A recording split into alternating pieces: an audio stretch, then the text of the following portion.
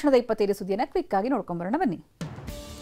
ಬೆಳಗಾವಿ ಜಿಲ್ಲೆಯಲ್ಲಿ ಮತ್ತೊಂದು ಅಮಾನವೀಯ ಕೃತ್ಯದ ಆರೋಪ ಕೇಳಿಬಂದಿದೆ. ಬೈಲಹೊಂಗಲ ತಾಲೂಕಿನ ತಿಗಡಿಯಲ್ಲಿ ಘಟನೆ ನಡೆದಿದ್ದು ಮಹಿಳೆಯನ್ನ ಅರೆಬೆತ್ತಲೆಗೊಳಿಸಿ ಹಲ್ಲೆ ನಡೆಸಿದ್ದಾರೆ ಎಂದು ಆರೋಪಿಸಲಾಗಿದೆ. ಮಹಿಳೆಯ ವಿರುದ್ಧ ಬೈಲಹೊಂಗಲ ಠಾಣೆಯಲ್ಲಿ ಪಂಚಾಯಿತಿ ಸದಸ್ಯ ಅಟ್ರಾಸಿಟಿ ಕೇಸ್ ದಾಖಲಿಸಿದ್ರು. ಇದಕ್ಕೆ ಪ್ರತಿ ಆರೋಪ ಮಾಡಿರುವ ಮಹಿಳೆ ಪಂಚಾಯಿತಿ ಅಧ್ಯಕ್ಷ ಸೇರಿ ಸದಸ್ಯರು ಅರೆಬೆತ್ತಲೆ ಮಾಡಿ ಹಲ್ಲೆ ಮಾಡಿದ್ದಾರೆ ಅಂತ ಆರೋಪಿಸಿದ್ದಾರೆ. ಜಮೀನಲ್ಲಿ ಪೈಪ್ಲೈನ್ ಹಾದು ಹೋದ ಕಾರಣಕ್ಕೆ ಬೆಳೆ ಹಾಳಾಗ್ತಾ ಇದೆ, ತೆರವು ಮಾಡುವಂತೆ ಗ್ರಾಮ ಪಂಚಾಯಿತಿಗೆ ಮಹಿಳೆ ಮನವಿ ಮಾಡಿದ್ರಂತೆ. ಆದರೆ ಕ್ರಮವಾಗದ ಕಾರಣ ಪಂಚಾಯಿತಿ ಸದಸ್ಯರು ಮತ್ತು ಮಹಿಳೆ ನಡುವೆ ವಾಗ್ವಾದ ನಡೆದಿದೆ. ಇದೇ ವೇಳೆ ಮಹಿಳೆ ಮೇಲೆ ಮಾರಣಾಂತಿಕ ಹಲ್ಲೆ ನಡೆಸಿದ್ದಾರೆ ಅಂತ ಕಲ್ಲಪ್ಪ ಡೊಂಕನ್ನವರ್, ಅಡಿವೆಪ್ಪ ದಳವಾಯಿ, ಕಲ್ಪನಾ ಡೊಂಕನ್ನವರ್, ಸಾದಿಕ್ ಇಸ್ಮಾಯಿಲ್ ಸೇರಿ 20 ಜನರ ಮೇಲೆ ಕೇಸ್ ದಾಖಲಿಸಲಾಗಿದೆ. ಬಳ್ಳಾರಿ ನಗರದಲ್ಲಿ ಪ್ರೇಮಿಗಳು ಸಿನಿಮಾ ಸ್ಟೈಲ್ನಲ್ಲಿ ಮದುವೆಯಾಗಿದ್ದಾರೆ. ಮದುವೆಗೆ ಹೆತ್ತವರ ವಿರೋಧದ ಹಿನ್ನೆಲೆಯಲ್ಲಿ ಕಾರಲ್ಲೇ ಪರಸ್ಪರ ಹಾರ ಬದಲಾಯಿಸಿಕೊಂಡಿದ್ದಾರೆ.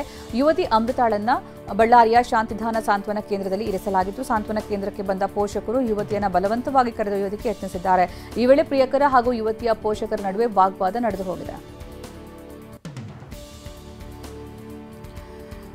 1992ರಲ್ಲಿ ರಾಮ ಜನ್ಮಭೂಮಿ ಹೋರಾಟದ ವೇಳೆ ಹುಬ್ಬಳ್ಳಿಯಲ್ಲಿ ಗಲಭೆ ನಡೆದಿತ್ತು. ಗಲಭೆ ಪ್ರಕರಣದಲ್ಲಿ A3 ಆರೋಪಿಯಾಗಿದ್ದ ಶ್ರೀಕಾಂತ್ ಪೂಜಾರಿಯನ್ನ ಕಳೆದ ಶುಕ್ರವಾರ ಪೊಲೀಸರು ಬಂಧಿಸಿದ್ದಾರೆ. ಶ್ರೀಕಾಂತ್ ಪೂಜಾರಿ ಬಂಧನ ವಿಚಾರ ಬಿಜೆಪಿ ಆಕ್ರೋಶಕ್ಕೆ ಕಾರಣವಾಗಿದೆ.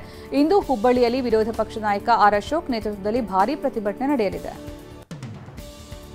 ಕರಸೇವಕ ಶ್ರೀಕಾಂತ್ ಪೂಜಾರಿ ಬಂಧಿಸಿರುವ ಕಾರಣ ಹುಬ್ಬಳ್ಳಿಯಲ್ಲಿ ಇಂದು ಬಿಜೆಪಿ ಪ್ರತಿಭಟನೆ ನಡೆಸೋದಕ್ಕೆ ಮುಂದಾಗಿದ್ದು ಭಾರೀ ಬಿಗಿ ಬಂದೋಬಸ್ತ್ ಏರ್ಪಡಿಸಲಾಗಿದೆ. ನಗರದ ಶಹರ ಪೊಲೀಸ್ ಠಾಣೆ ಮುಂಭಾಗ ಪೊಲೀಸ್ ಸರ್ಪಗಾವಲು ಹಾಕಲಾಗಿದೆ. 11:30ಕ್ಕೆ ವಿಪಕ್ಷ ನಾಯಕ ಆರ್ ಅಶೋಕ್ ನೇತೃತ್ವದಲ್ಲಿ ಬಿಜೆಪಿ ಪ್ರತಿಭಟನೆ ನಡೆಸೋದಕ್ಕೆ ತೀರ್ಮಾನಿಸಿದ್ದು ಠಾಣೆ ಮುಂಭಾಗ ವೇದಿಕೆ ನಿರ್ಮಿಸಲಾಗಿದೆ. ಬೆಂಗಳೂರಲ್ಲಿ ಕೊರೋನಾ ಏರುಗತಿ ಆಗ್ತಾ ಇದ್ದಂತೆ ಮತ್ತಷ್ಟು ಅಲರ್ಟ್ ಆಗಿರೋ ವೈದ್ಯಕೀಯ ಶಿಕ್ಷಣ ಸಚಿವ ಶರಣಪ್ರಕಾಶ್ ಪಾಟೀಲ್ ನಿನ್ನೆ ಮುನ್ನೆಚ್ಚರಿಕೆ ಕುರಿತು ಸಭೆ ನಡೆಸಿದರು. ಉನ್ನತ ಶಿಕ್ಷಣ ಸಚಿವ ಎಂಸಿ ಸುಧಾಕರ್, ಜಯದೇವ ಆಸ್ಪತ್ರೆ ನಿರ್ದೇಶಕ ಡಾಕ್ಟರ್ ಮಂಜುನಾಥ್ ಸಭೆಯಲ್ಲಿದ್ದರು. ಜೊತೆಗೆ ಕಿದ್ವಾಯಿ ಆಸ್ಪತ್ರೆ ನಿರ್ದೇಶಕ ಲೋಕೇಶ್, ಮೆಡಿಕಲ್ ಎಜುಕೇಷನ್ ನಿರ್ದೇಶಕಿ ಸುಜಾತಾ ರಾಥೋಡ್ ಸೇರಿದಂತೆ ಹಲವರು ಭಾಗಿಯಾಗಿದ್ದರು. ಕೋವಿಡ್ ಏರಿಕೆ ಮುಂಜಾಗ್ರತಾ ಕ್ರಮವಾಗಿ ಏನೆಲ್ಲ ಎಚ್ಚರಿಕೆ ವಹಿಸಬೇಕು, ವ್ಯಾಪ್ತಿಗೆ ಬರುವ ಮೆಡಿಕಲ್ ಕಾಲೇಜುಗಳಲ್ಲಿ ಹೇಗೆ ಸಿದ್ಧತೆ ಆಗಿದೆ, ಬೆಡ್ ವ್ಯವಸ್ಥೆ, ಮೆಡಿಸಿನ್ ವ್ಯವಸ್ಥೆ ಕುರಿತು ಸಭೆಯಲ್ಲಿ ಸಮಗ್ರವಾಗಿ ಚರ್ಚಿಸಿದರು. ಆಕ್ಸಿಜನ್ ಬೆಡ್, ಐಸಿಯು, ವೆಂಟಿಲೇಟರ್, ಔಷಧಗಳು ಸೇರಿದಂತೆ ಲಭ್ಯವಿರುವ ಉಪಕರಣಗಳ ಬಗ್ಗೆ ಮಾಹಿತಿ ಪಡೆಯಲಾಗಿದೆ ಎಂದರು.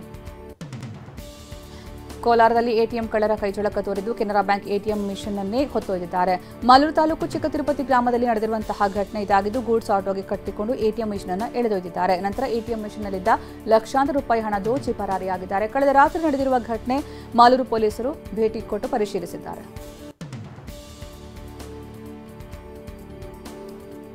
ರಿಯಾಯಿತಿ ದರದಲ್ಲಿ ಬಸ್ ಸೇವೆ ಒದಗಿಸುವುದಕ್ಕೆ ಮುಂದಾದ ಬಿಎಂಟಿಸಿ ಇದೇ ಮೊದಲ ಬಾರಿಗೆ ಮೆಟ್ರೋ ಫೀಡರ್ ಬಸ್ಗಳನ್ನು ಖಾಸಗಿ ಕಂಪನಿಗಳಿಗೆ ಗುತ್ತಿಗೆ ಆಧಾರದಲ್ಲಿ ನೀಡೋದಕ್ಕೆ ಮುಂದಾಗಿದೆ.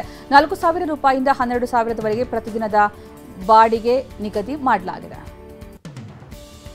ಹುಬ್ಬಳ್ಳಿಯಲ್ಲಿಂದು ಬಿಜೆಪಿ ಸೇರಿದಂತೆ ವಿವಿಧ ಹಿಂದೂಪರ ಸಂಘಟನೆಗಳಿಂದ ಬೃಹತ್ ಪ್ರತಿಭಟನೆ ಹಿನ್ನೆಲೆಯಲ್ಲಿ ಶಹರ ಪೊಲೀಸ್ ಠಾಣೆಯ ಎದುರು ಖಾಕಿ ಸರ್ಪಗಾವಲು ಹಾಕಲಾಗಿದೆ. ರಾಮಮಂದಿರ ಉದ್ಘಾಟನೆಗೆ ಆಹ್ವಾನ ತಿರಸ್ಕಾರ ಮಾಡಿರುವ ಕಮ್ಯುನಿಸ್ಟ್ ಪಕ್ಷದ ವಿರುದ್ಧ ಯತ್ನಾಳ್ ಕಿಡಿಕಾರಿದ್ದಾರೆ. ಈ ಬಗ್ಗೆ ಟ್ವೀಟ್ ಮಾಡಿ ಯತ್ನಾಳ್, ರಾಮಮಂದಿರ ಉದ್ಘಾಟನೆ ಆಮಂತ್ರಣ ತಿರಸ್ಕರಿಸುವ ಕಮ್ಯುನಿಸ್ಟರು 4 ಕೋಟಿಗೂ ಹೆಚ್ಚು ಜನರನ್ನ ಕೊಂದ ನಿರಂಕುಶ ಪ್ರಭೃತವಾದಿ ಮಾವೋ ಜೆಡಾಂಗ್ ಅವರ ಜಯಂತಿಯ ನೆನಪಿನಾರ್ಥವಾಗಿ ತನ್ನ ಅಧಿಕೃತ ಜಾಲತಾಣದ ಹ್ಯಾಂಡಲ್ನಲ್ಲಿ ಟ್ವೀಟ್ ಮಾಡಿದೆ ಅಂತ ಕುಟುಕಿದ್ದಾರೆ.